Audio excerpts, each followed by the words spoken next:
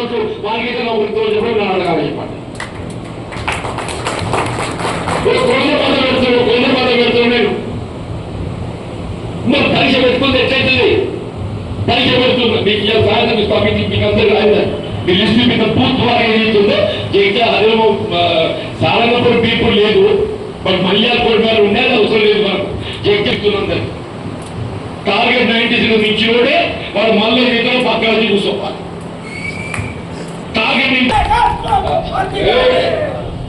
Target నింపిన వాళ్ళు అధిగమించిన వాళ్ళు పక్కకూడదు.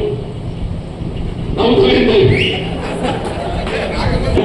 అది వీళ్ళ కాలం రాకుండా ఎదురు ఉన్నట్టు.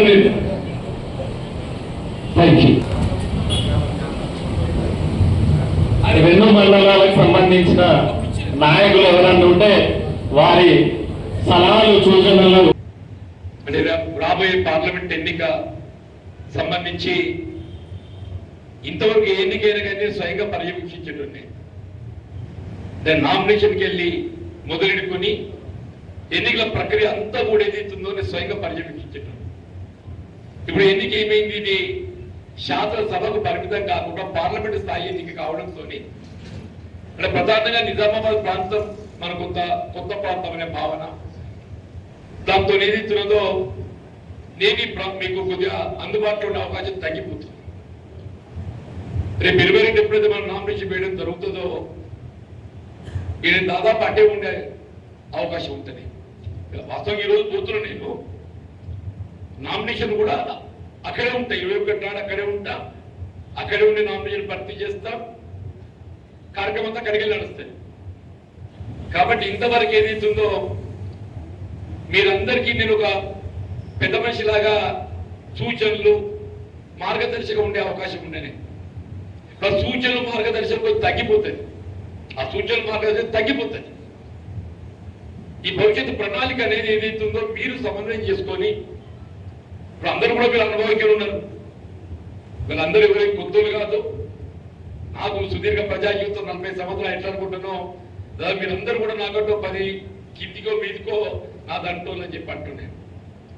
రేపు అందరూ కూడా సమన్వయం చేసుకుని మండల గ్రామీణమే కానీ మండల పట్టణమే కానీ ఇప్పుడు మిత్రుడు మండల అధ్యక్షుడు రాజేందర్ గారు, అట్లా ఇతరుడు నందన్న అనుభవం గల్లుడు గతంలో ఏదైతుందో మరి వివిధ హోదాల్లో బాధ్యతలు నిర్వర్తించినోడు, అట్లా మండల కాంగ్రెస్ అధ్యక్షుడు కూడా గంగాధర్ కూడా ఏదైతుందో గతంలో వివిధ హోదాల్లో బాధ్యతలు నిర్వర్తించిండు. మన గ్రామీణ మండలానికి అధ్యక్షుడు మహేష్ కూడా మనకు కలిసి వచ్చిందని చెప్పండి. ఇప్పుడు ఎస్సీసీల అధ్యక్షుడు రమేష్ గారు కూడా ఏదైతుందో గతంలో మండల పరిషత్ అధ్యక్షుడు కూడా బాధ్యతలు నిర్వర్తించిందని చెప్పంటున్నా. అందరూ కూడా వివిధ హోదాల్లో బాధ్యత నిర్వర్తించే వాళ్ళు ఉన్నారు. కాబట్టి ప్రధానంగా ఈ ఎన్నిక సరే ఒక విధంగా నాకైతే ఎన్నికలకు సంబంధించి చివరి ఎన్నికలు భావిస్తున్నాను. ఎప్పటికప్పుడు వీడు ఇట్లా అంటాడు మళ్ళా పోటీ చేస్తానని చెప్పేది ఒక నానుడు ఉన్నది. కానీ ఇప్పుడున్న పరిస్థితి చూస్తే నాకు నా వాయిస్ అనుకోనండి మళ్ళీ ఎన్నికలు ఎప్పుడు వస్తాయి? 5 సంవత్సరాల తర్వాత వస్తాయి. ఇప్పుడు ఇది 24, మళ్ళీ ఎన్నిక ఎప్పుడు వస్తాయి? 29లో వస్తాయి. 29 వరకు నాకు ఇవాళ 73 సంవత్సరాలు ఉన్నాయి. అంటే అబ్బాయి 75 నిండుతాయి. అంటే మళ్ళీ పోటీ చేసే అవకాశం భౌతికంగా కానీ ఇతరత్ర కానీ అవకాశం రాదు. ఊహించుకోవడం సరైనది కాదు. వాస్తవం మొన్నటి శాసనసభ ఎన్నికనే మనకు చివరిది అనుకున్నది.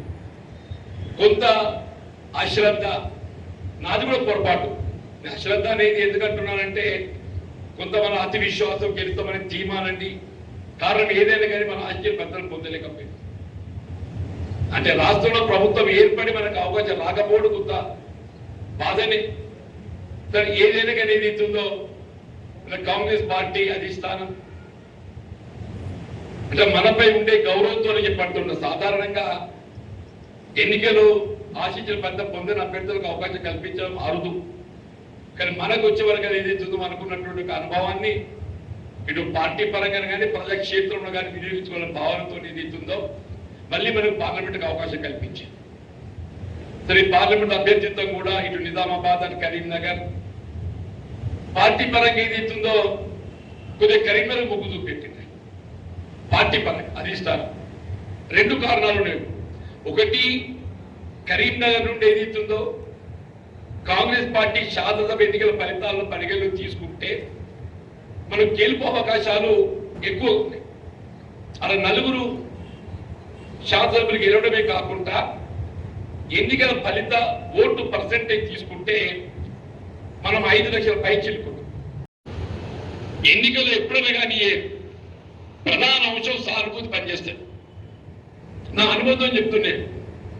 మనం ఎంత పనిచేసినాం అనేది కాదు, నువ్వు ఎంత పనిచేసినా అయ్యో పాపను మించిన ఓటు లేదు. మన ఎన్నికల్లో మనం అధికారం రావడం కూడా అది ప్రధానంగా తోడ్పడ్డాయి. మీరు ధర్మపురి నియోజకవర్గం లక్ష్మణ్ గారు గెలిచింది.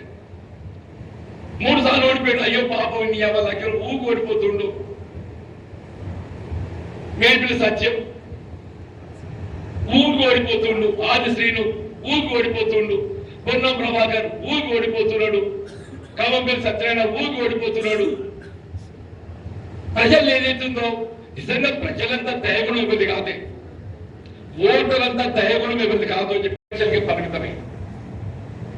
మన గతంలో 2 పర్యాయాలు పార్లమెంట్ సభ్యుడే పోటీ చేయడంతో ఆ ప్రాంతం అంతా సుపరిచితం. మన మంత్రి కూడా పనిచేసినాం కాబట్టి. సరే, నాకు ఈ జగిత్యాల మన నియోజకవర్గం ఏదైతుందో నిజామాబాద్ పార్లమెంట్ లో అంతర్భాగం కావడంతో కరీంనగర్ పోటీ చేస్తే జగిత్యాల నాకు దూరం అయిపోతుంది. నాకు జగిత్యాల ప్రాతినిధ్యం వహించే అవకాశం నేను కోల్పోతాను. నాకు ఈ ప్రాంతంతో అనుబంధం అనుకోండి, మీరు కారణం ఏదనంటే నా గెలుపు కూడా ఏదైతుందో అవకాశాలు మేలుకుంటాయి. ఎందుకో జగిత్యాల అనేది ఏదైతుందో ఇంతకాలం నాకు ఉన్నటువంటి అనుబంధంతో నాకు రాజకీయాలకు అతీతంగా అండగా నిలబడుతున్న భావనతో నేను నిజామాబాద్ ఎంచుకున్నాను. నేను ఇవాళ కూడా చెప్పండి, నేను 1996 96 నేను 94 ఎన్నికల్లో ఆశించిన పెద్ద పొందలేదు. అప్పుడు రమణ గారు ఎమ్మెల్యే గెలిచింది. ఆయన పార్లమెంట్ గెలిచిన తర్వాత మన శాసనసభ ఉప ఎన్నిక వచ్చింది. ఆ ఉప ఎన్నిక సందర్భంగా ఏదైతుందో అప్పుడు రాష్ట్రం అంతా తెలుగుదేశం ఒక ప్రభుత్వము అంటే కొంత ఆధిపత్యం ఉండే తెలుగుదేశంకి. కానీ 96 మన దగ్గర మాత్రం ఏదైతుందో రాష్ట్రం అంతా తెలుగుదేశం ప్రపంచం ఉంటే మాత్రం జగిత్యాల ఏదైతుందో కాంగ్రెస్ పార్టీ నిలబెట్టింది ఈ ప్రాంతం అని చెప్పారు. అప్పుడు చంద్రబాబు నాయుడు గారు ప్రతిష్టాత్మకంగా తీసుకున్నాడు. ఎక్కడికొచ్చి జీవన్ రెడ్డి గా కూడా చూడాలి అని మొదటికెళ్ళి కూడా ఏదైతుందో నేను గట్టిగా మాట్లాడతా, అందరూ అనుకుంటారు రేపు మెత్తడు అని చెప్పాను. నేను బయట మీద గట్టి ఇక్కడ మెత్త ఉంటా మీతో, కానీ బయట మీద గట్టిగానే ఉంటా, ఉన్నది నుండి మాట్లాడతా. పార్టీ ఆలోచన విధానాన్ని ఏదైతుందో నేను నా అభిప్రాయాన్ని ఏదైతుందో నేను చాలా ఖచ్చితంగా చెప్తాను.